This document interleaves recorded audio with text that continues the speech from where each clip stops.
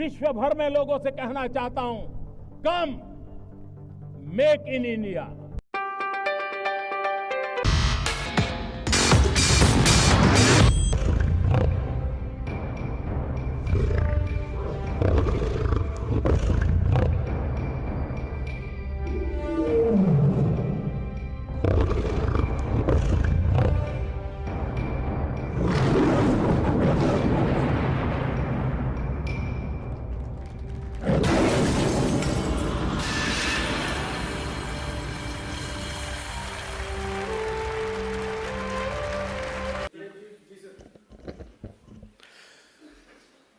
मित्रों, आप सभी ने एक कहावत सुनी होगी कि success has many fathers and the failure is orphan.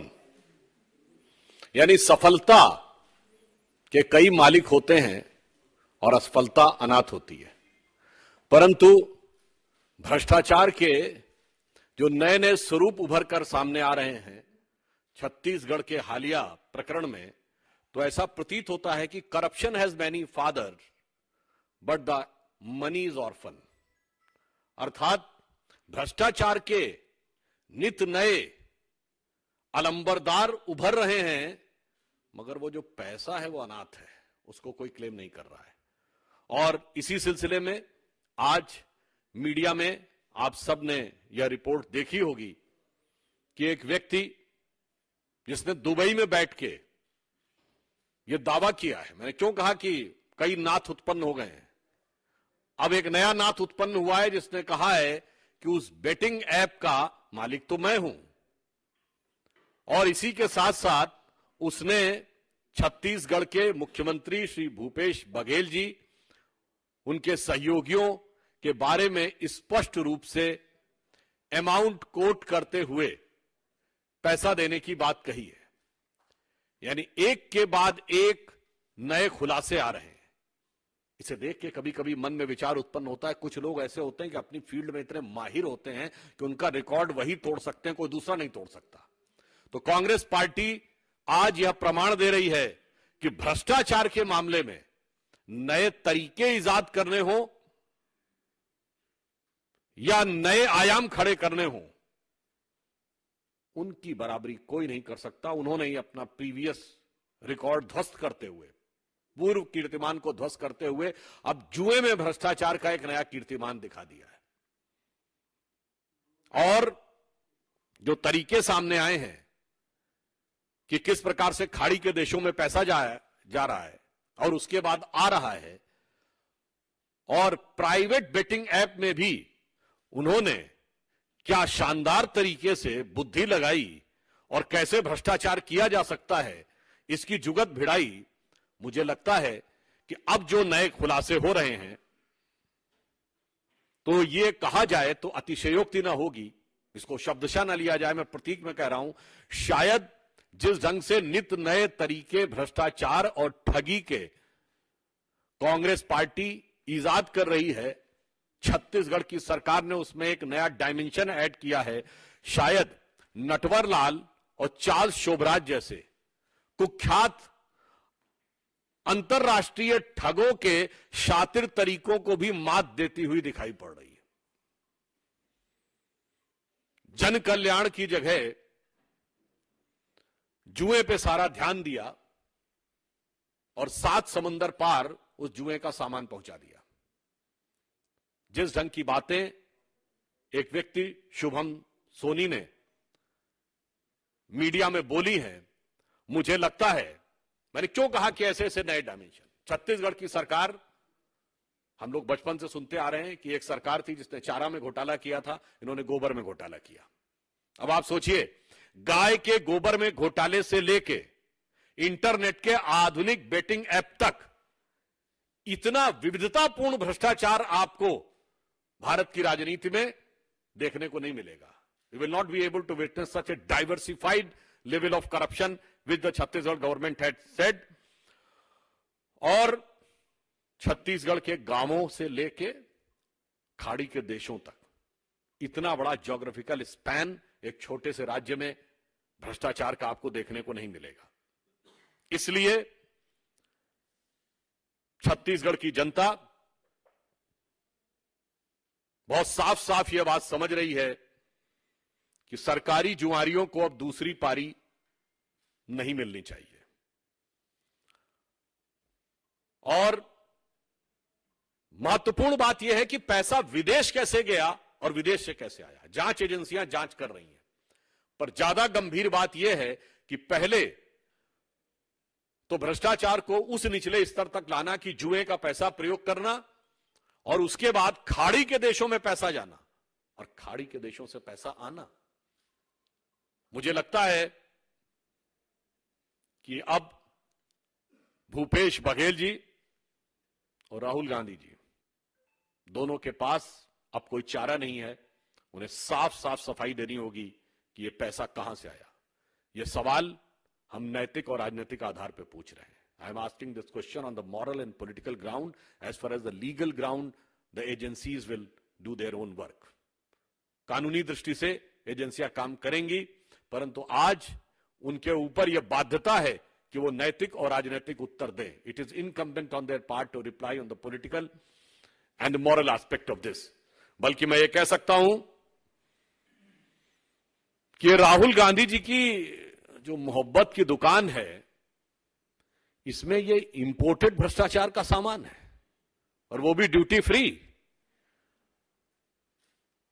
तो मुझे लगता है कि कांग्रेस पार्टी को इस बात का साफ जवाब देना चाहिए कि उनके इस भ्रष्टाचार का खाड़ी के देशों से क्या कनेक्शन है। मेरा सीधा सवाल कांग्रेस पार्टी से यह है कि जो कुछ यह खुलासा हो रहा है और विदेश में बैठा एक व्यक्ति कर रहा है, तो विदेश और खाड़ी के देशों के साथ उनका इस पैसे के लेन देन से क्या लेना देना है, यह उन्हें साफ साफ स्पष्ट करना चाहिए। धन्यवाद।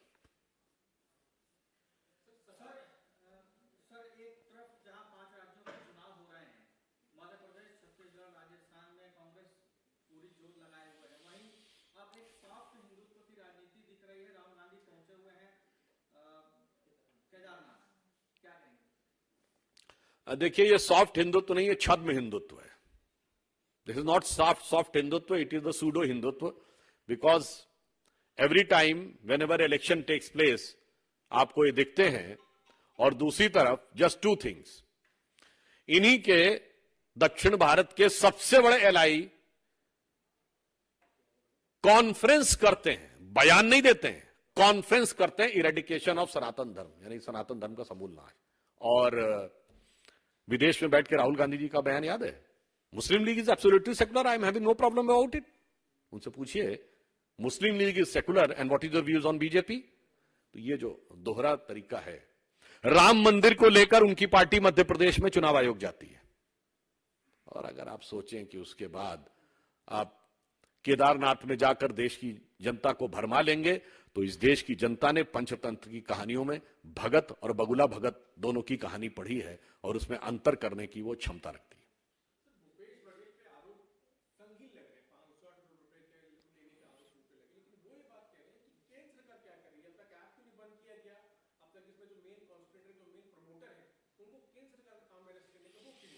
देखिए, केंद्र सरकार इसमें, देखिए जांच एजेंसियों का काम है, यद्यपि बहुत टेक्निकली तो वही बता सकते हैं। विगत करीब करीब 1 वर्ष से यह कार्य चल रहा है, 2022 से। और अब जो जो तथ्य प्रकाश में आते जा रहे हैं, वो कैसे प्रकाश में आ रहे हैं, मेरे विचार से एजेंसीज की सक्रियता होगी और जहां जहां तक वो पहुंच रहे होंगे उसी के आधार के ऊपर यह तथ्य प्रकाश में आ रहे हैं, और उसके अनुसार जो विधि सम्मत कार्रवाई होगी वह एजेंसियां करेंगी। परंतु मैं पुनः कह रहा हूं, यहां विषय विधिक नहीं है, यहां विषय नैतिक और राजनैतिक है। Here the question is not constitutional और legal, the question is moral and political. Congress party इस आधार पर अपने नैतिक और राजनीतिक उत्तरदायित्व से बच नहीं सकती।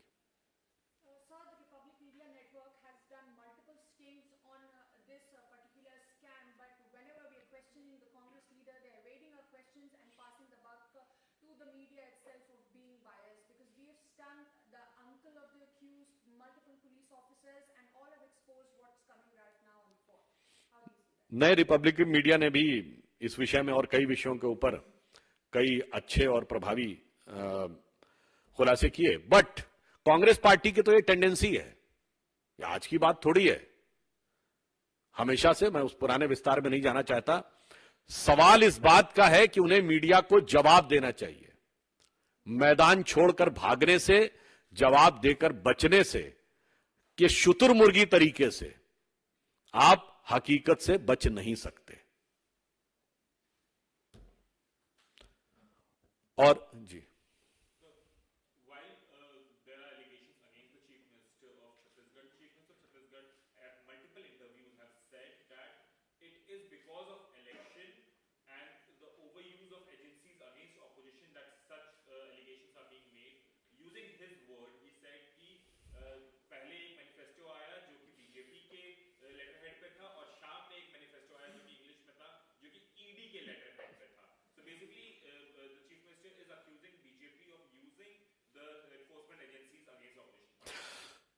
बहुत अच्छा प्रश्न आपने किया है। अब मैं इसका उत्तर संक्षेप में केवल 3 बिंदुओं में दे देता हूं। कांग्रेस का यह आरोप है कि चुनाव के कारण यह हो रहा है। हम 2023 में बैठे हैं। कांग्रेस 1990 के बाद से कोई 2-3 वर्ष बता दे जब उनके किसी भी नेता के ने भ्रष्टाचार के आरोप में जांच एजेंसी या कचहरी के चक्कर न काटे हों।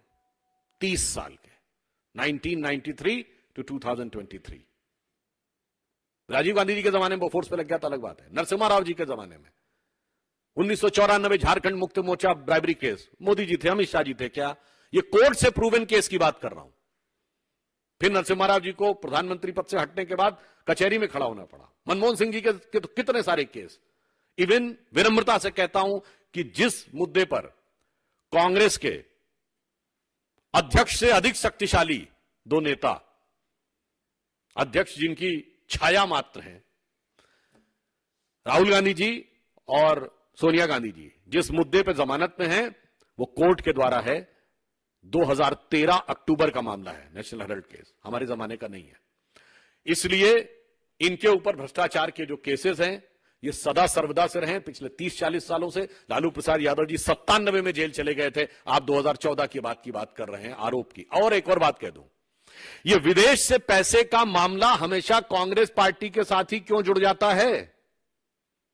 आज खाड़ी के देशों में बैठकर एक व्यक्ति शुभम सोनी यदि कांग्रेस के पार्टी के मुख्यमंत्री या बड़े नेता के साथ 508 करोड़ रुपए की बात कर रहा है, उनको लगता है कि ये चुनाव की वजह से पहली बार हो रहा, तो मैं याद दिलाना चाहता हूं, ये विदेश में बैठ के जितने भ्रष्टाचारी हैं, वो क्रिश्चियन मिशेल हो, वो गाइडो हैस्के हो, वो ओटावियो क्वाट्रोची हो, या वोल्कर रिपोर्ट 2007। भैया 1987 से लेकर 2014 तक हमेशा विदेश में बैठा हुआ कोई भ्रष्टाचारी जो पैसे का विनिमय करता है, पुनः कह रहा हूं, ओटावियो क्वाट्रोची 87-88, उसके बाद Guido Haschke, Christian Michel 2007, Volcker report. भैया सब जगह से आपका कनेक्शन निकलता है। तब चुनाव हो रहे थे क्या? भारतीय जनता पार्टी थी क्या? या मोदी जी अमित शाह जी का कहीं राजनीति में स्थान भी था क्या? इसलिए मैं पुनः कह रहा हूं, इन बातों को कहकर कांग्रेस अपने काले अतीत और भ्रष्टाचारी वर्तमान से बच नहीं सकती। धन्यवाद।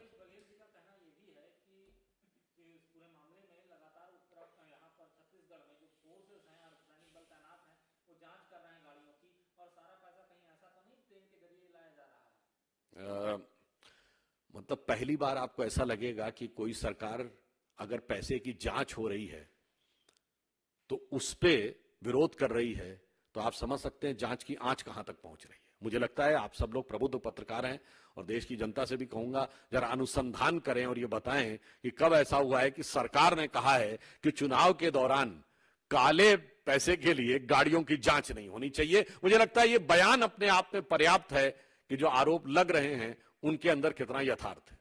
छत्तीसगढ़ में कांग्रेस पार्टी ने आज भरोसे का घोषणा पत्र जो है वो जारी किया और दावा किया है कि पिछले 5 साल में उन्होंने 36 वादे किए थे, जिसमें से 98% वादे पूरे किए हैं, लेकिन बीजेपी की सरकार में जो है 31 दावे में से 25 दावे तक भी पूरे नहीं हुए। देखिए, भरोसे की जहां तक बात की जाए तो भरोसे का तो सारा गुड़ गोबर उन्होंने पहले ही कर दिया था।